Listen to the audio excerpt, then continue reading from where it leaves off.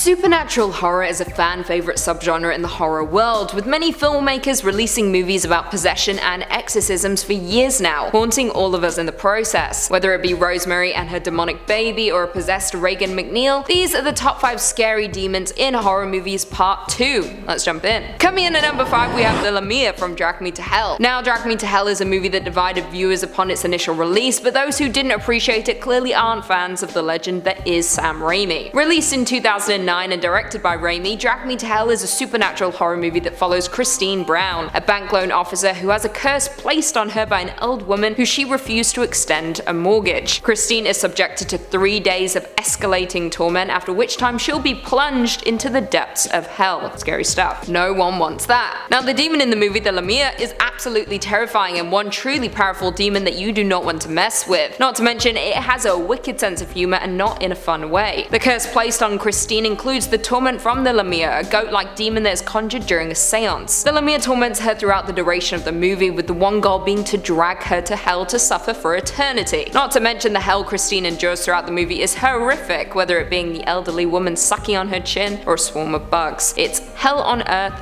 until it isn't, which is a hint to the end of the movie. But watch it to find out. I want to go to hell. I'll see her there. Before we jump into number 4, be sure to give this video a big thumbs up, it really helps us out a lot. Coming in at number 4 we have Abalam from The Last Exorcism. The first time I watched The Last Exorcism, I remember being truly terrified, with it being one of the most effective exorcism movies I had seen in a long time. Then they sadly came out with a sequel and we all just stopped discussing it, which was probably for the best. Released in 2010 and directed by Daniel Stam, The Last Exorcism is a found footage supernatural horror starring the likes of Patrick Fabian, Ashley Bell, Iris Barr, and Louis Hertham, with it following a disillusioned evangelical minister who decides to participate in a documentary following his final exorcism, while also exposing the truth and fraud of the ministry. Now what we learn is that a lot of these exorcisms are fake, and Cotton Marcus corrupts people's minds into believing they are possessed in order to perform these fake exorcisms. However, things take a turn when he heads to a farm in Louisiana, where a young girl, Nell, has been disemboweling livestock. So Cotton pays a visit along with his camera crew and quickly has his lack of faith seriously tested. The demon in this movie is truly terrifying, possessing the body of Nell and having her do unspeakable things, contorting her body and breaking her bones. It's a horrific ordeal that ends with an even more shocking ending that I won't spoil for those who haven't seen it. Just watch it, but remember, don't check out the sequel. It's shockingly bad. Coming in at number 3 we have The Possession. This was a truly terrifying horror movie that I often forget exists. Let's change that. Released in 2012 and directed by Ol Bernadette, The Possession stars the likes of Jeffrey Dean Morgan, Kira Sedgwick, Natasha Callis, and Madison Davenport, with it being produced by Sam Raimi. Back again. The movie follows Emily, who at a yard sale comes across an antique box and convinces her father to buy it for her. However, Emily soon becomes more and more obsessed with the box and starts to exhibit signs of possession. She begins to act violent and is charged with supernatural powers. It's absolutely terrifying. Now the movie is somewhat based on true events. In 2003, a business owner named Kevin Manis auctioned a wine cabinet on eBay. With the listing, he included a description claiming the cabinet was previously owned by a Holocaust survivor who said it contained a malicious spirit of a Dybbuk. A Dybbuk is a malicious possessing spirit believed to be a dislocated soul of a deceased person. The box ultimately became something of an internet legend, with it then being turned into The Possession after the rights to the story was sold. As of right now, Zach Bagans owns and displays the box in his museum. Also funny story, Post Malone claimed he had a period of bad luck after coming in contact with the haunted box. Coming in at number 2 we have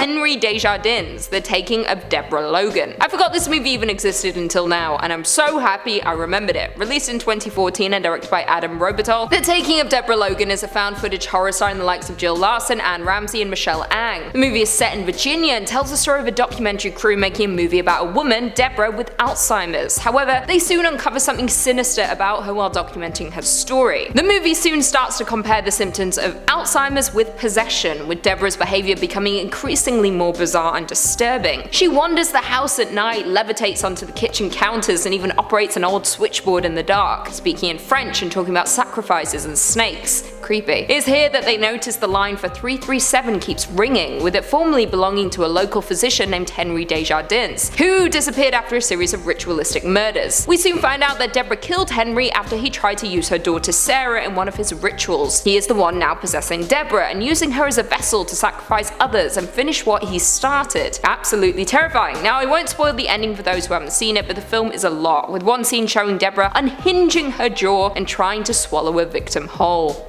gross. And finally, in at number 1, we have Lipstick Face Demon from Insidious. Hailing from Insidious, this Lipstick Face Demon is arguably one of the scariest entities to appear in a horror movie, with his infamous dinner tables jump scare terrifying viewers for years to come. Released in 2010 and directed by James Wan, Insidious stars the likes of Patrick Wilson, Rose Byrne, and Barbara Hershey, with it following a couple whose son enters a comatose state and in turn becomes a vessel for violent and malevolent entities who are seeking entry into the mortal realm to wreak havoc. However, we soon learn that the son Dalton is not in a coma, but has the ability to astral travel, and has been unknowingly doing it while he sleeps, with Dalton likely believing he is dreaming. Unfortunately for Dalton, he travelled a little too far, ending up in a purgatory realm called the Further, and is trapped there by a terrifying demon, the Lipstick Face Demon, also known as the man with fire on his face. It is in the Further that we get a good look at the Lipstick Face Demon, and although he never speaks, he is able to communicate through dreams, with the grandmother recalling her encounter with him, stating, I quote, "I went into Dalton's room, there was something in there with him. It was standing there in the corner. I asked, 'Who are you?' and it said it was a visitor. I said, 'What do you want?' It said Dalton. I can still hear the voice." It is right after she utters those final words that we see the demon pop up behind Patrick Wilson in a terrifying jump scare moment. The demon has a red face and is muscular with black skin, fur, legs, and cloven hoofs with a devil's tail. The demon keeps Dalton chained up in the Further while he files his nails and plays with his marionettes. Very creepy indeed. Such a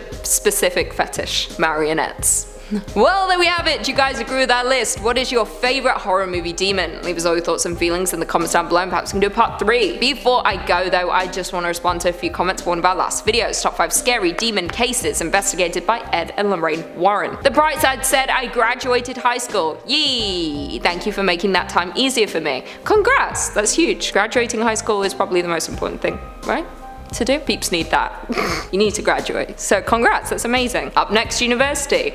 Or something else. I guess not everyone goes to uni, that's fine. RJ Eelhurt said the most common demon in these cases is poverty. The families can't afford to move. That's very true. I was making a lot of judgments being like, if your house is possessed, just move out. Not everyone can afford to move out, so I apologize. Didn't mean no shade on anyone, you know. Jeremiah Detweiler said Lucy could read a phone book and I'd watch intensely. Well, I'll never read a phone book, I'd get bored. And I'd get bored listening to my own voice. It's not that great. Artie Quantum said, finally something really interesting, liking with all my heart. This was like really wholesome, so I really appreciate it, thank you. Thank you for liking with all your heart. Bradley said, have you seen the Rockies in person? I camped in the mountains north of Denver and it was beyond amazing. No, I just thought I'd get a picture of mountains I'd never seen before and think, yes, I have seen the Rockies. I used to live in Alberta, so I was always there, right next to them. And on that note, if you haven't already, be sure to give this video a big thumbs up, and until next time, I'll see you later.